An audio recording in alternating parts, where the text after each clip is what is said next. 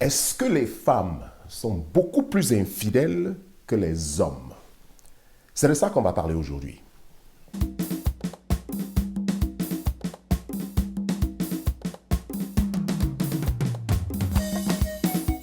Je vous souhaite les bienvenus au studio. Je suis Alex Yemek et comme je le dis toujours, je suis professeur de théologie. Je continue mon combat contre la violence domestique tout au long de cette année 2024. J'invite les femmes, le 8 mars, à marcher contre la violence domestique. Le monde a besoin de connaître que la femme souffre beaucoup dans la violence domestique. Et c'est une conversation très importante à avoir dans nos sociétés parce que ça empêche nos sociétés à évoluer quand la femme est maltraitée.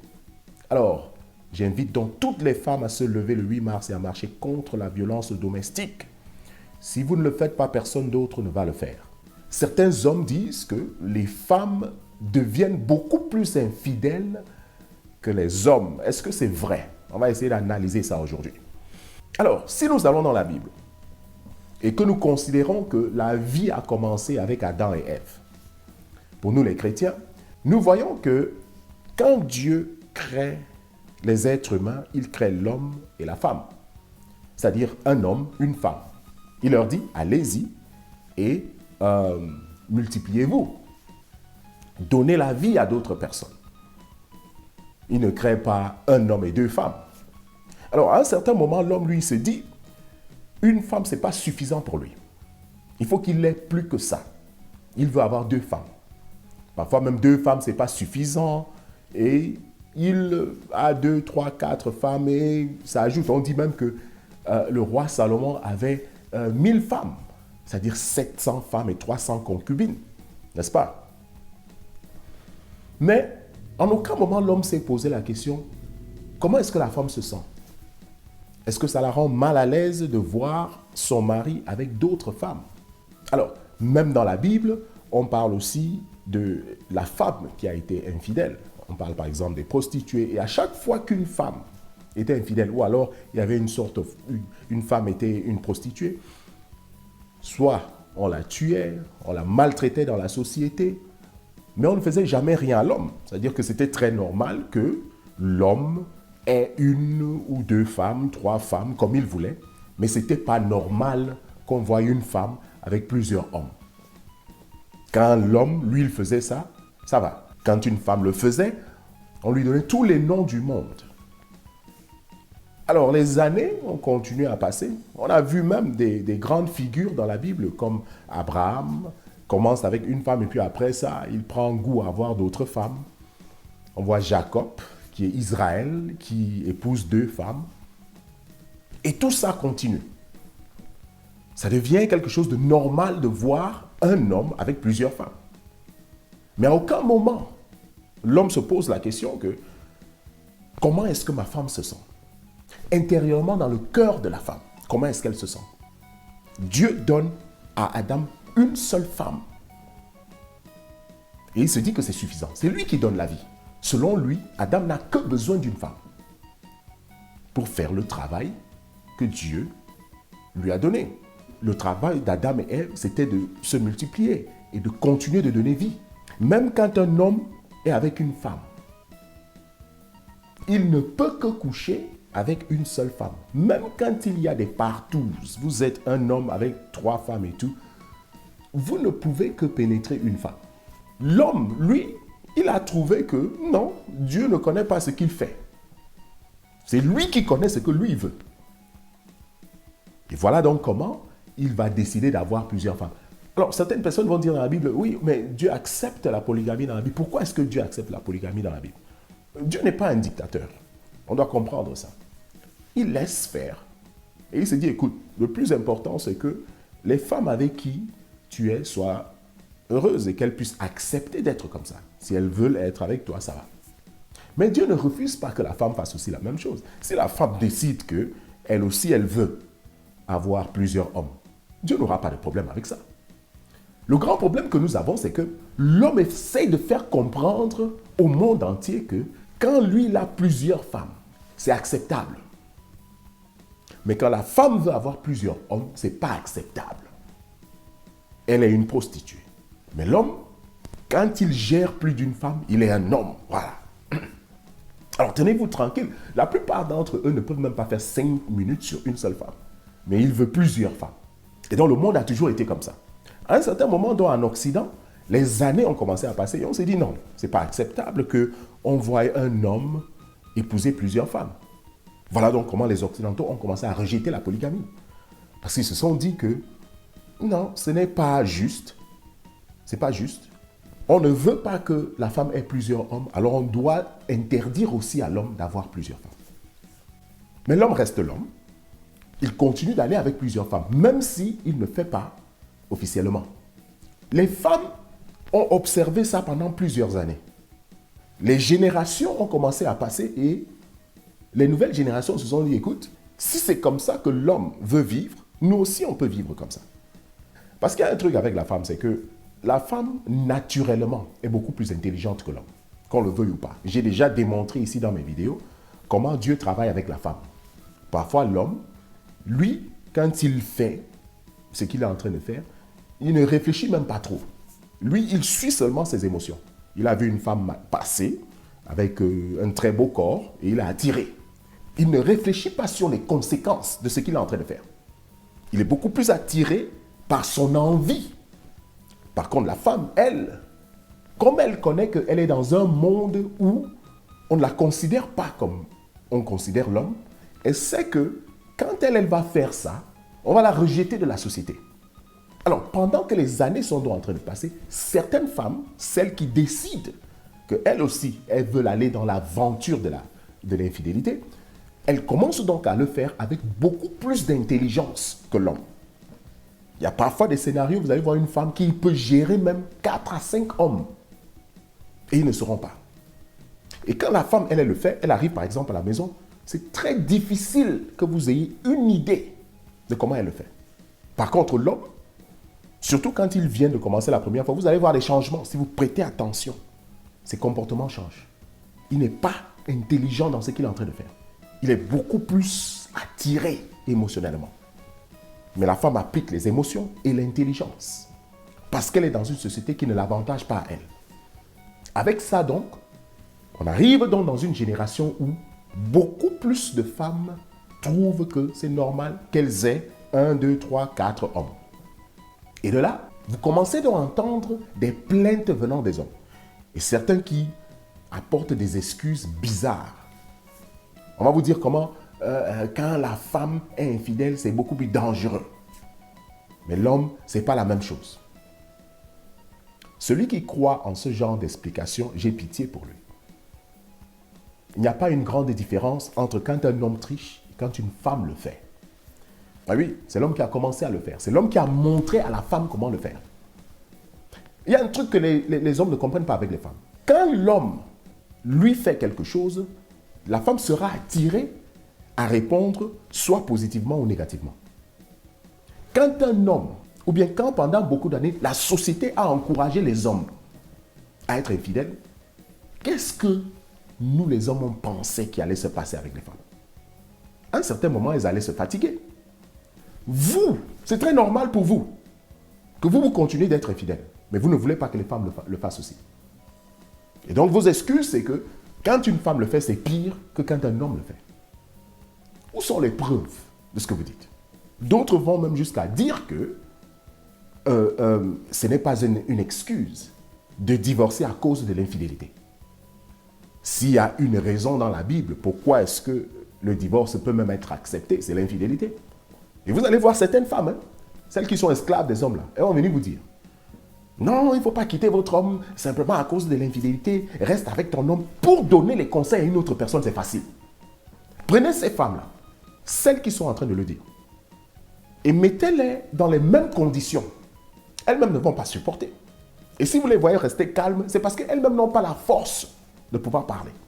Il y a certaines personnes dans ce monde qui sont venues accompagner les autres. Donc eux, ils vont seulement là où la direction du vent les amène. C'est là où ils vont. C'est la qualité de femme là dont on parle. Celles qui vont venir vous dire, il n'est pas suffisant seulement de quitter ton homme à cause de l'infidélité. Non. Moi je vous dis, vous pouvez divorcer quand vous n'êtes pas heureuse. L'une des raisons pourquoi il faut toujours quitter votre relation, c'est la violence. Quand elle commence, n'hésitez pas de quitter. N'hésitez pas. Enlevez dans vos têtes que vous allez souffrir si vous partez dehors. Vous souffrez déjà dans votre propre foyer avec la violence. Croyez-moi quand je vous le dis, ce ne sera pas pire dehors. Vous pouvez trouver d'autres sortes de souffrances dehors, mais ce sera mieux que si on vous maltraite. Surtout pour ceux-là qui pensent au futur. Surtout quand ils ont des enfants. Pour au moins la protection de ces enfants-là, quittez vos mariages quand vous êtes dans un couple de violence. Ça, c'est une chose. Alors, s'il y en a qui trouvent que l'infidélité va aussi les rendre infidèles, alors je vous le dis, quittez le mariage en ce moment-là. N'écoutez pas ces gens-là qui vous disent qu'il faut rester dans votre mariage même quand il y a infidélité. Ne les écoutez pas. Soit elle n'a jamais vécu une situation d'infidélité, c'est-à-dire que son homme est en train de tricher avec quelqu'un d'autre, elle n'a peut-être jamais expérimenté ça. Ou alors de deux, c'est qu'elle-même, elle est infidèle. Parce que je ne vois pas une femme qui n'est pas infidèle, qui connaît que son homme est en train de tricher, vouloir rester dans le mariage. Je ne vois pas ça. C'est-à-dire qu'il faudra qu'elle ait d'autres intérêts. Là, je me dis qu'il n'y a pas amour. Peut-être qu'elle est avec le gars parce qu'il a de l'argent et donc elle veut bénéficier de cet argent. Elle se dit, écoute, j'aime même pas le gars. Et donc moi, du moment où moi je mange son argent, il peut faire ce qu'il veut. Alors j'entends souvent certaines autres femmes dire, oh, on a des enfants, je ne peux pas quitter l'homme parce qu'on a des enfants. Qu'est-ce que vous croyez que cette infidélité va apporter de positif à vos enfants? Qu'est-ce que vous croyez? Si vous voulez arrêter cette continuation d'infidélité, même chez vos enfants, vous devez couper ça à partir de votre mariage.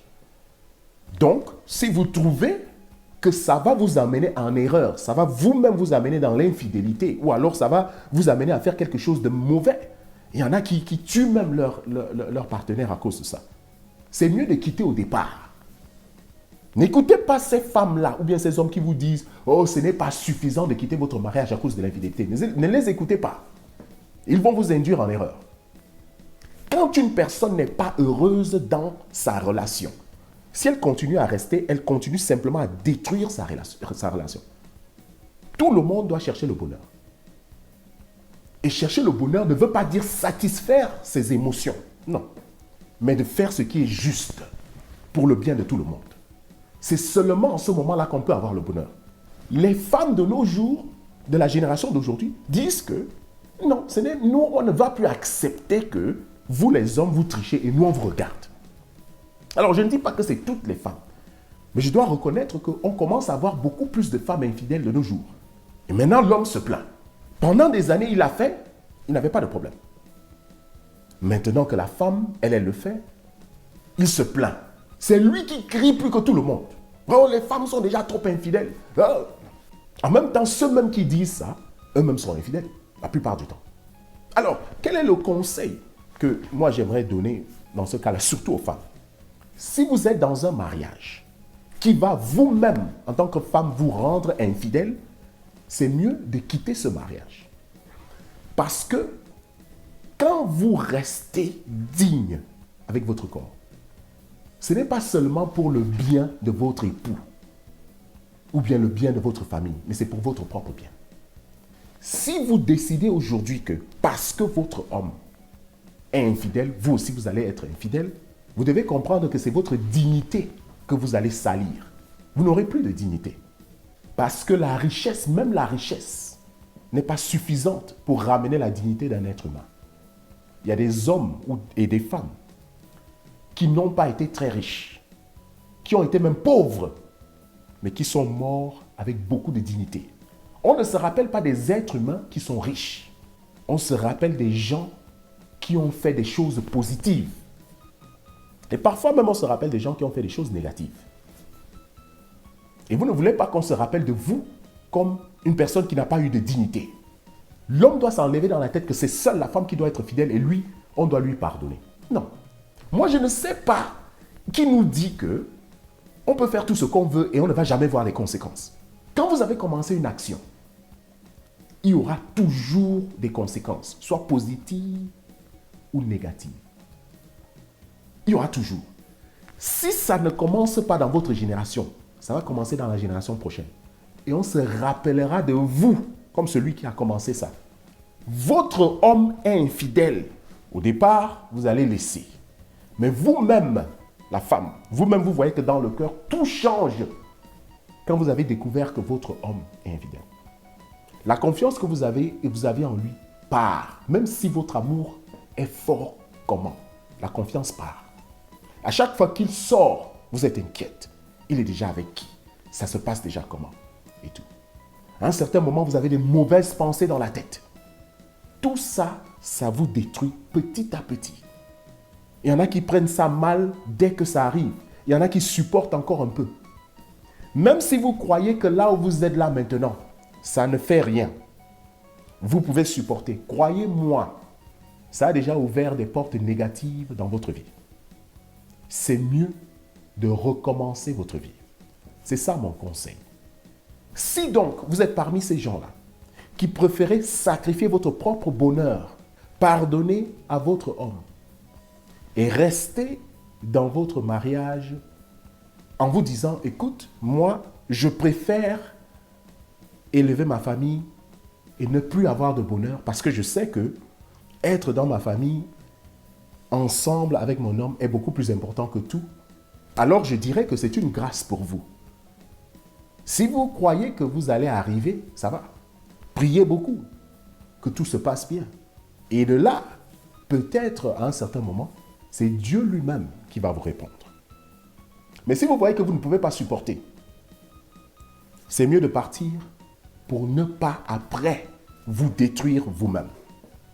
Alors cette idée-là, que aujourd'hui, les femmes sont beaucoup plus infidèles, c'est peut-être vrai. Mais si c'est vrai, sachez que ce sont les hommes qui ont rendu les femmes comme ça. Les femmes n'étaient pas comme ça. Et donc vous les hommes, si vous voulez changer la donne, soyez beaucoup plus fidèles à vos femmes.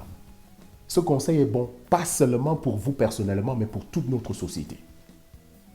Pour que ces hommes-là aussi qui font les sacrifices ne rencontrent pas des femmes que vous avez blessées, qui viendront aussi les blesser. Parce que les blessures, c'est comme le péché, ça se contamine. Et donc quand vous avez blessé une femme, elle ira blesser quelqu'un d'autre. Voilà comment quand vous êtes aussi infidèle, vous prenez des maladies, vous venez donner à certaines femmes, parce que c'est vous les hommes qui avez commencé à prendre des maladies avec votre infidélité. Vous venez vous donner ça aux femmes. Ces femmes-là aussi, quand elles décident d'être infidèles, elles vont donner ça aussi à certains autres hommes. Et voilà comment ça se distribue dans la société. À cause de nous, les hommes, je dois dire. Donc si nous voulons voir une société où la femme est meilleure, montrons l'exemple nous-mêmes. Soyons justes pour que les autres aussi soient justes. Merci d'avoir suivi cette vidéo.